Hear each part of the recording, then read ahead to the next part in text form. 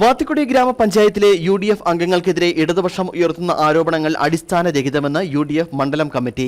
ഇടതുപക്ഷം ഭരിക്കുന്ന പഞ്ചായത്തിൽ നടക്കുന്ന പല പ്രവർത്തനങ്ങളിലും അഴിമതിയുണ്ടെന്നും ഇക്കാര്യം പ്രസിഡന്റുമായി ചർച്ച ചെയ്യുന്നതിനാണ് UDF അംഗങ്ങൾ പഞ്ചായത്തിൽ എത്തിയതെന്നും ഇതിൽ പ്രകോപിതരായാണ് CPMന്റെ നേതൃത്വത്തിൽ ഒരുപറ്റം ആളുകളെത്തി പ്രശ്നമുണ്ടാക്കിയത് എന്നും UDF വാത്തിക്കുടി മണ്ഡലം കമ്മിറ്റി ഭാരവാഹികൾ വാർത്താസമ്മേളനത്തിൽ പറഞ്ഞു. തോപ്രാംകുടി കേന്ദ്രീകരിച്ചുള്ള മാംസ വ്യാപാരശാല ലേലം ചെയ്യാതെ നടത്തുന്നതുമായി ബന്ധപ്പെട്ടും പഞ്ചായത്തിലെ 18 വാർഡുകളിൽ സ്ട്രീറ്റ് ലൈറ്റുകൾ സ്ഥാപിച്ചതുമായി ബന്ധപ്പെട്ടുമുള്ള ക്രമക്കേടുകൾ അന്വേഷിക്കുന്നതിനു പകരം ഈ വിഷയത്തെക്കുറിച്ച് ചോദ്യം ചെയ്ത UDF പഞ്ചായത്ത് അംഗങ്ങൾക്കെതിരെ കള്ളക്കേസ് കൊടുക്കുകയും ബലമായി പ്രസിഡന്റിനെ ക്യാബിനിൽ നിന്ന് വിളിച്ചിറക്കി കൊണ്ടുപോയി ആശുപത്രിയിൽ പ്രവേശിപ്പിക്കുകയും ചെയ്ത CPMന്റെ നടപടികൾ അഴിമതികളെ മറച്ചുവെക്കുന്നതിനു വേണ്ടിയാണെന്നും UDF നേതാക്കൾ ആരോപിച്ചു.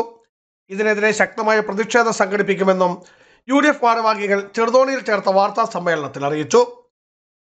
കൂടി ഈ അഴിമതിക്ക് കൂട്ടുനിന്നുകൊണ്ടാണോ എന്നൊക്കെ അറിയുവാനായിട്ട് നമ്മുടെ UDFന്റെ മെമ്പർമാർ കയറി ചെല്ലുകയും വളരെ സൗമ്യമായിട്ടിരുന്ന് സംസാരിച്ചുകൊണ്ടിരുന്ന അവസരത്തിലാണ് പെട്ടെന്ന് ഇവര് CPMന്റെ ജില്ലാ നേതാവ് ഉൾപ്പെടെ ഒരു സെറ്റ് ഗുണ്ടാ സംഘങ്ങളെല്ലാം വിളിച്ചു കൊണ്ടിരിക്കുകയും അവരെ പ്രസിഡന്റിനെ ബലമായി പിടിച്ച് കൊണ്ടുവന്ന് ഇവിടെ മെഡിക്കൽ കോളേജിൽ കൊണ്ടുവന്ന് അഡ്മിറ്റ് ചെയ്യുകയും അവര് വളരെ മോശമായ രീതിയിൽ പോലീസ് സ്റ്റേഷനിൽ കേസ് കൊടുക്കുകയൊക്കെ ചെയ്യുകയുണ്ടായി.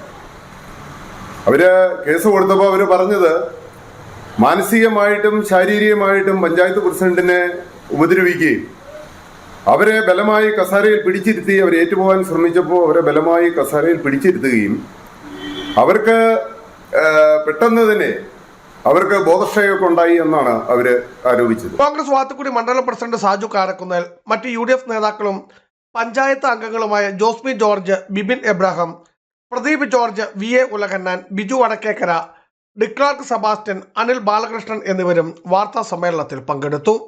Idukki vision news, Idukki.